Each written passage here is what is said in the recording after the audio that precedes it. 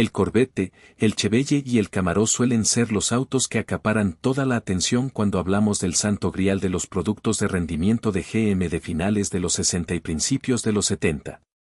Pero había otra opción en el catálogo de GM entre 1970 y 1971 que parecía pasar desapercibida en su época y a lo largo de la historia. Sin embargo, era un contendiente serio en términos de rendimiento, con un toque de lujo personal que los otros Bruces de Chevrolet no ofrecían. Era el muscle car para la gerencia media y la elección sofisticada para aquellos que querían el rendimiento de un Chevelle en un conductor bien equipado.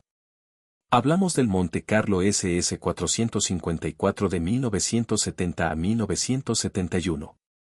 Ahora, créalo o no, la concepción del Monte Carlo SS comenzó realmente con el Ford Thunderbird de 1958, muchos años antes, que abandonó su configuración deportiva de 2 asientos por un diseño más lujoso de 4 plazas. Y se vendió como pan caliente. GM tomó nota y, a mediados y finales de los 60, el mercado se inundó de coupés elegantes y de lujo. Autos como el Buick Riviera, el Oldsmobile Toronado y el Pontiac Grand Prix. Todos tenían algunas opciones de rendimiento decentes, pero no solo quemaban llanta, exudaban estatus. Y para Chevrolet, la marca de entrada de la línea de GM, eso significaba una cosa. Necesitaban un jugador en el juego. Entra el Monte Carlo. Concebido bajo el gerente general de Chevrolet, Pete Estes, y conocido inicialmente como Concourse, el Monte Carlo fue la respuesta de Chevy al exitazo de Pontiac, el Grand Prix. Pero para cuando el auto fue aprobado, Estes ya se había ido.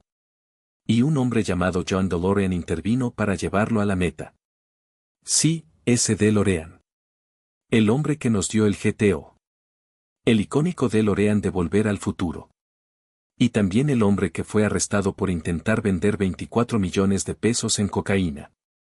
Pero podemos pasar por alto ese dato por el bien de esta historia. Él ayudaría a darle a Chevy una dosis de estilo sofisticado. El Monte Carlo fue presentado oficialmente en el otoño de 1969 para el año modelo 1970. Y llegó al mercado con un capó de 6 pies de largo, limpiaparabrisas ocultos y justo la cantidad suficiente de cromo para hacer sonrojar a Buick. Construido sobre una versión de la plataforma E-Body de GM, compartida con el Chevelle de 4 puertas, con 4 pulgadas adicionales de distancia entre ejes. Comparado con el coupé Chevelle, el Monte Carlo era todo sobre presencia. Compartía algunas partes con su hermano musculoso, pero tenía una personalidad propia. Chevy comercializó el Monte Carlo como mucho lujo, mucho rendimiento y mucho valor. Y, honestamente, no estaban equivocados. Ahora, el Monte Carlo estándar no era necesariamente un débil tampoco. Cada modelo venía con un V8 bajo el capó. No había necesidad de conformarse con un 6 en línea en este coupé. El motor base era un pequeño bloque de 350 pulgadas cúbicas que producía respetables 250 caballos de fuerza, emparejado con una transmisión manual de 3 velocidades con palanca en la columna.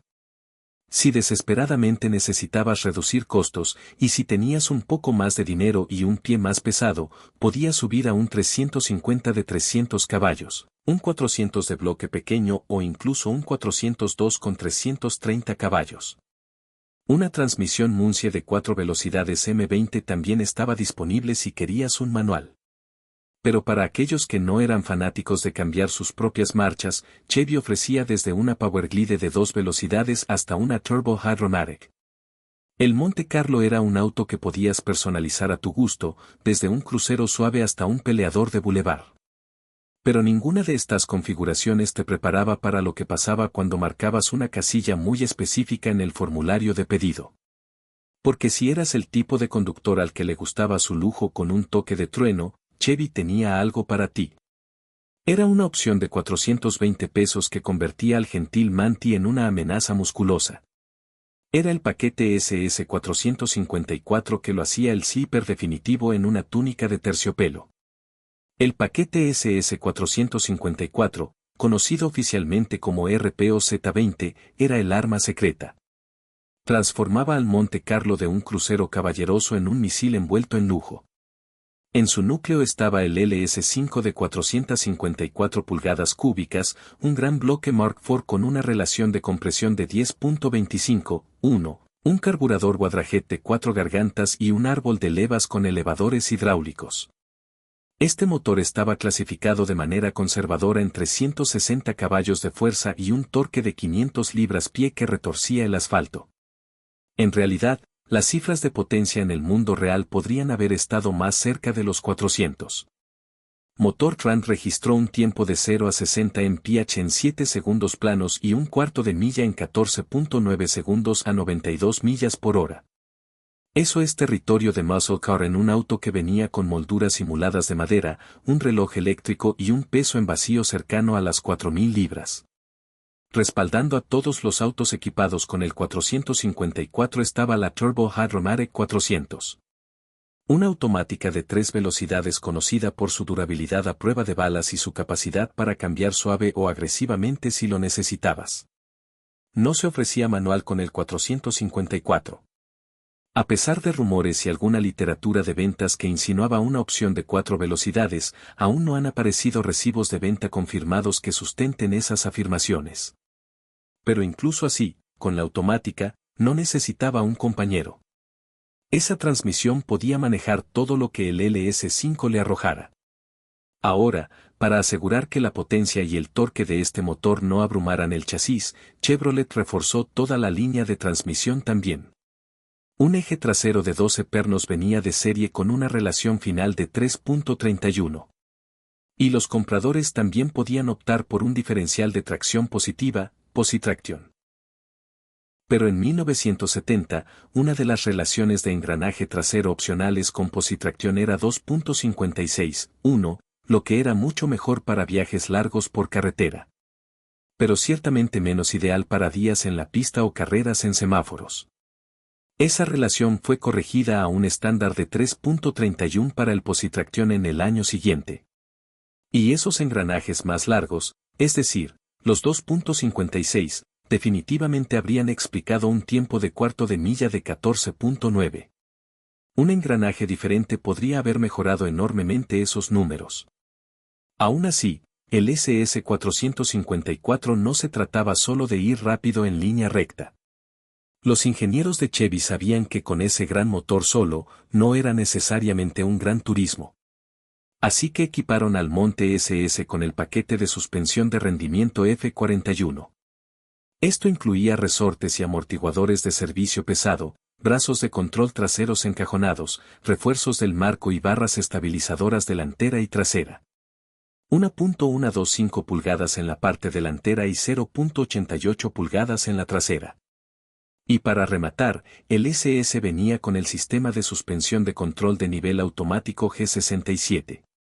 Este era un sistema de amortiguadores de aire operado por vacío que mantenía nivelada la suspensión trasera sin importar cuántas bolsas de golf, maletines o cajas secretas de licor ilegal estuvieras transportando.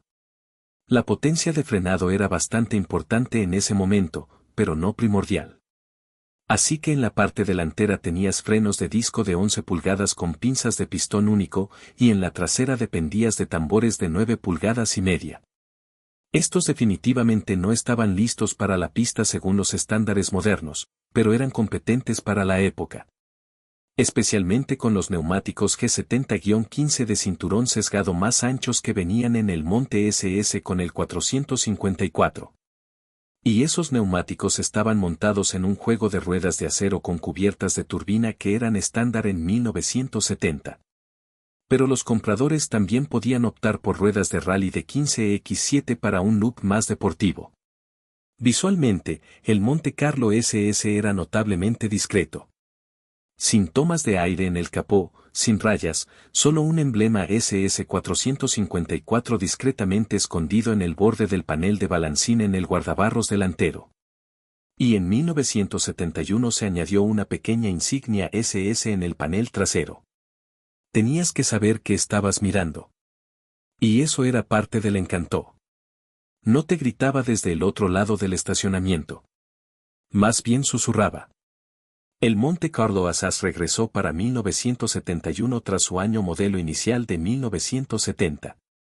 Pero para este punto, el destino ya estaba escrito.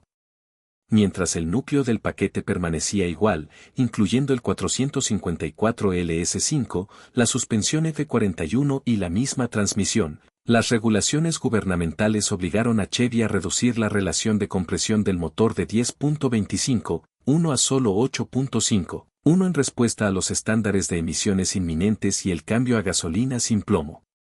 Chevy aún clasificaba el motor en 360 caballos, pero estaba claro que la era del alto rendimiento comenzaba a sentir la presión. Visualmente, el modelo del 71 llevaba una parrilla ligeramente revisada con menos barras verticales, lámparas de estacionamiento rectangulares y algunos biseles de faros más cuadrados. Y las ruedas de rally se convirtieron en equipo estándar. Pero esos cambios no eran nada que impulsara las ventas. A pesar de las impresionantes credenciales de rendimiento y el estilo discreto del SS454, nunca encendió el entusiasmo de los compradores. En 1970, solo se vendieron 3.800 unidades, y en el 71 esa cifra cayó a solo 1.900. Comparado con los 145.000 Monte Carlos vendidos en 1970 en total, está claro que el SS454 era una oferta de nicho. Tal vez era demasiado sutil para su propio bien, o tal vez aquellos hambrientos de potencia y rendimiento seguían optando por el Chevelle SS. De cualquier manera, los Monte SS454 fueron descontinuados después del 71, retirándose silenciosamente antes de que el mundo de los muscle cars comenzara su lento desvanecimiento hacia la era del malestar. En cuanto al precio, el Monte Carlo SS ofrecía un valor convincente. Un modelo base Manti comenzaba en alrededor de $3.100, mientras que el paquete SS añadía $400 a eso. Eso serían $3.500 por un auto de rendimiento bastante serio. Pero con la mayoría de los Monte Carlos, la gente quería las opciones más lujosas. Después de todo, por eso compraban estos autos en lugar de un Chevelle, lo que rutinariamente llevaba los precios a un rango medio alto de $4.000 con el 454. En pruebas de la época, el Monte Carlo SS constantemente se mantenía firme contra los grandes del campo del lujo personal. Motortrend lo enfrentó al Thunderbird y al Grand Prix, y les gustó más el Chevy. Fue elogiado por su mezcla de confort, rendimiento y valor. Era el muscle car para adultos, el tipo de auto que podías conducir a una reunión de negocios o a una sesión de burnout en una carretera secundaria sin cambiar de ropa. Al final, sin embargo, el Monte Carlo SS454 de 1970 a 71 fue una rara y fascinante intersección de dos mundos, gran bloque musculoso y lujo personal. Era discreto, subestimado y, desafortunadamente, fácilmente olvidado. Aunque nunca igualó la credibilidad callejera del Chevelle o el foco del Camaro, sí se abrió un nicho propio, aunque pequeño. Y hoy, con menos de 6.000 construidos en los 2 años, no es muy probable que veas muchos de estos martillos de terciopelo. Déjame saber si en esa época hubieras optado por el Monte Carlo SS por ese lujo añadido, o si te hubieras quedado con el Chevelle SS por la ganga de rendimiento. Me encantaría escuchar tus pensamientos, pero como siempre, gracias a todos por leer y los veré la próxima vez. Entusiastas.